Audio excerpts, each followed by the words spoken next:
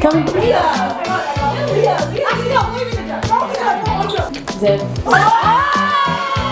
Hey guys, I'm Dianna Ros, head coach of the University of Toronto women's basketball team. Come join me for this afternoon. I'm bad in front of camera, guys. This is going to be a long afternoon. So thanks for taking this walk with us to the U of T campus. I know you spend most of your time at Goldring. Yeah. But do you get to explore the other parts of campus very often? Yeah, most of the time like on campus visits, or sometimes during spring or summertime I run on campus, so that's when I visit campus mainly. Do you have a favorite spot? Do I have a favorite spot on campus?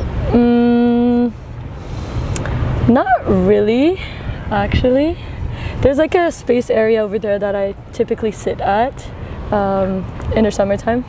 Yeah, I think I know where you're talking about too. There's like the benches and the sun is just kind of over top, but it's not too much in your face. Exactly. So that's nice. Yeah. But you moved from Sherbrooke to Toronto. Yeah, I did. What was that like at first? I mean, I'm from Montreal, right? So I do like the city. So I was in Sherbrooke for only 2 years, and in Sherbrooke it's like you get to drive everywhere and it's very small, not so diverse either. So being in the city of Toronto, it's pretty nice. You know, it's everything is accessible. It's lively. You know, there's always something to do. You had one of your old players, Kalina, come over as your assistant coach. Yeah. What went into that decision and why was that important to you? Callie is, you know, she knows basketball, and so when she graduated and after playing for me for 2 years, I needed someone that I can trust going in a big city, right? And so I also knew that it's a new role for me, obviously. Yes, I was a head coach 2 years at Bishop, but it's definitely different, right? And so I needed someone that I could trust, right? And as much as she never had coaching experience, she was very much so a very good leader on her team. So I knew that she could learn quickly, and we can grow and help build this program together. And you're both student athletes too. Yeah. Do you think your playing experience translates into the way you coach, or is there something that maybe both of you have taken from player to coach? Yeah, for sure. I mean, again, the relationship that you build as with a teammate, and the experience of living the student life, student athlete life, it's very much so translatable. You know, 10 years ago to now. Has it been 10 years? About, yeah. So very much the same. You know what I mean? You get to understand what they go through, and so. Yeah, I feel like that's an advantage being a coach that went through those steps, right? I also I graduated from McGill, and it's a prestigious school. It's a high academic school, so we're not really comparing U of T to McGill, but it's still up there academically. So I think it's important that I understand the load that they have academically, but I also understand that you can do it. You can do both, and obviously there's a lot to do with school, and there's a heavier load in terms of like homework and whatnot, but I still think that it's doable. So yeah, it's a lot. I find like the whole student athlete experience, you're always learning something new and something about yourself, and there are definitely lessons that you take with you for the rest of your life. Is there something outside of coaching that you think you look back on and has helped shape you throughout your university years? Yeah, and I think I kind of mentioned it earlier, like the relationships that you build. That's the biggest thing that I can pull from my experience, but also like in my job today. I think that's like the centerpiece of what we try to do here at U of T, and that's like our not motto, but what we want out of this whole experience is make sure that our players and our student athletes build relationship, and they understand that they can lean on each other, and they understand that like it's bigger than basketball at that point, right?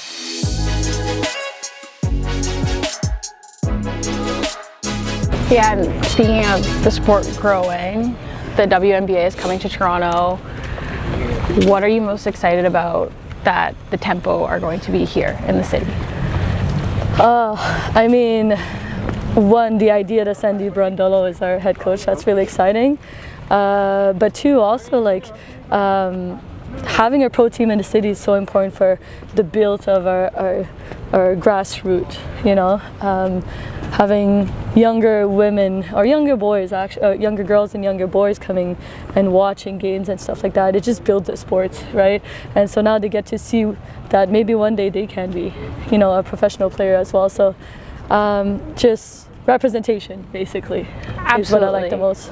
Yeah, and I remember when I was younger, the games we were able to watch in Vancouver was maybe the Whitecaps and whoever was in town. There wasn't the NSL that there is now, so you hear a lot about kids being really excited and like actually having somebody to look up to. Yeah. When you were younger, who's your basketball idol? Who did you look up to? Yeah, see, that's hard. My favorite player has always been Chris Paul, as a, you know, and so that tells you it's an NBA guy, right? Yeah. But as I grew, I realized that after knowing the game a bit more, and that's later in life, like Sue Bird was, you know, for sure my favorite player.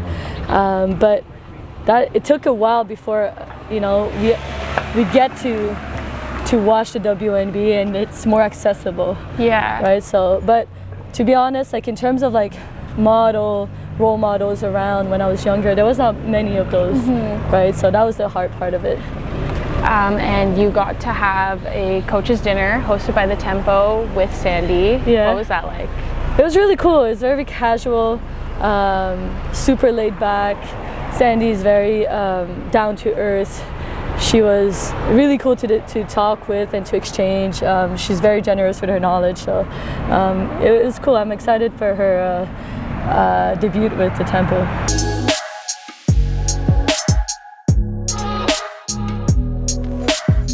One of my favorite things actually was Faith's first game. Yeah. That she came back. We were there and just seeing how excited her teammates got for her when she stepped on the court. Like I started tearing up. I was talking to Charlotte about it after. I almost started tearing up again. It was awesome. Like just the support that you could feel from her teammates, how like genuinely excited they were for her.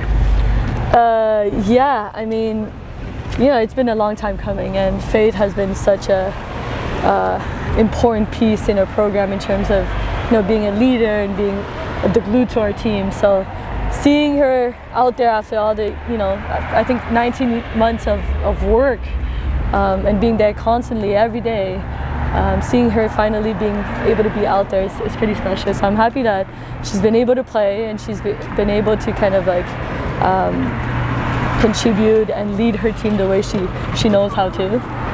So yeah, it's cool. Yeah, I think that really speaks to the team dynamic itself, because at the end of the day, being on a varsity university team, like you're competitors and everybody wants to play, everybody wants to get on the court, but seeing someone else be able to play, even if it's over yourself, like, and how much they love for other people to succeed, I think that really speaks to the team dynamic. And yeah, honestly, and what it is like they really love each other. You know, it's really easy we don't really do team building, and sometimes we do a bit, like little activities here and there, but ultimately they hang out with each other all the time, right? So like, and we talk about celebrating our teammates more than ourselves most of the time, and so they definitely do that. And I'm happy that it's something that, you know, they want to do more than me imposing it on them. Yeah.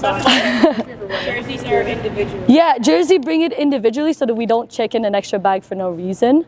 I just think that's easier and smarter. Please don't just crunch it in your bag so that it looks decent the next day. Just, you know, roll it or something like that. What if we wear it? We will bring. Don't be like Gabby wearing your basketball stuff. Let's go, switch sides.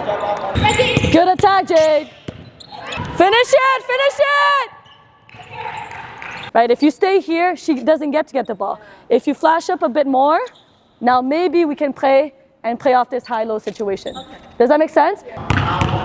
What do you got to say here, Charlie?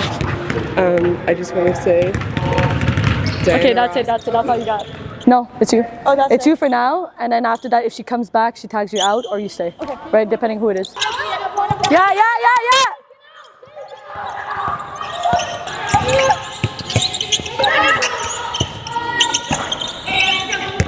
Let's do it again, Blue.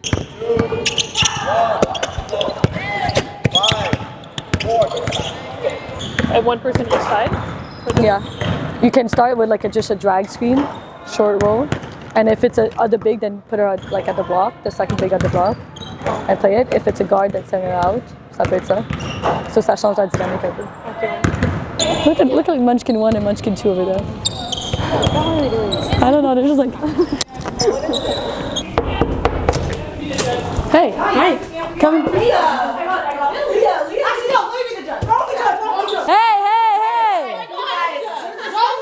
Oh God. She's so extra. Zip that. Zip. We got 20 minutes, y'all. Let's go. Listen up. So JR's bringing up the ball. Going to a DHO. We're slipping. I like the slip. In terms of team culture, what did you want to create when you first stepped in as head coach?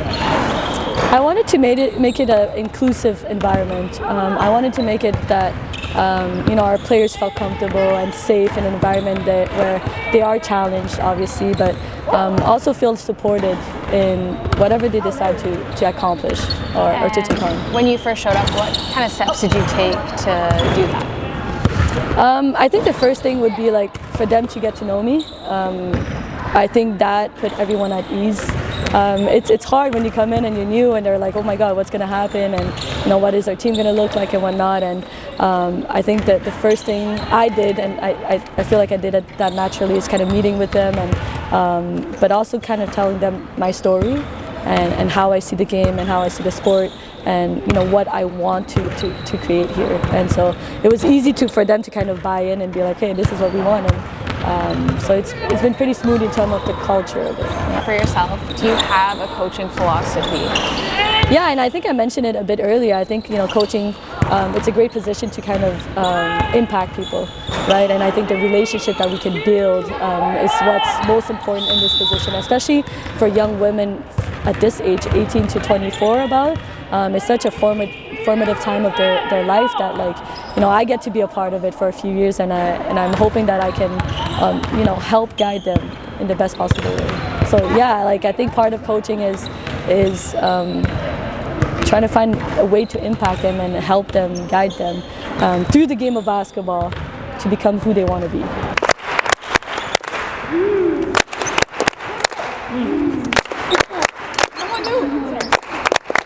Good. Okay, we're getting there. So, in terms of ball screen stuff, again, everything that we're doing this week is geared to who we're playing in the weekend. Okay, good job, y'all. Good work. Blues on 3, 1, 2, 3. Blues. Welcome. You team with basketball. Oh my God. Yes.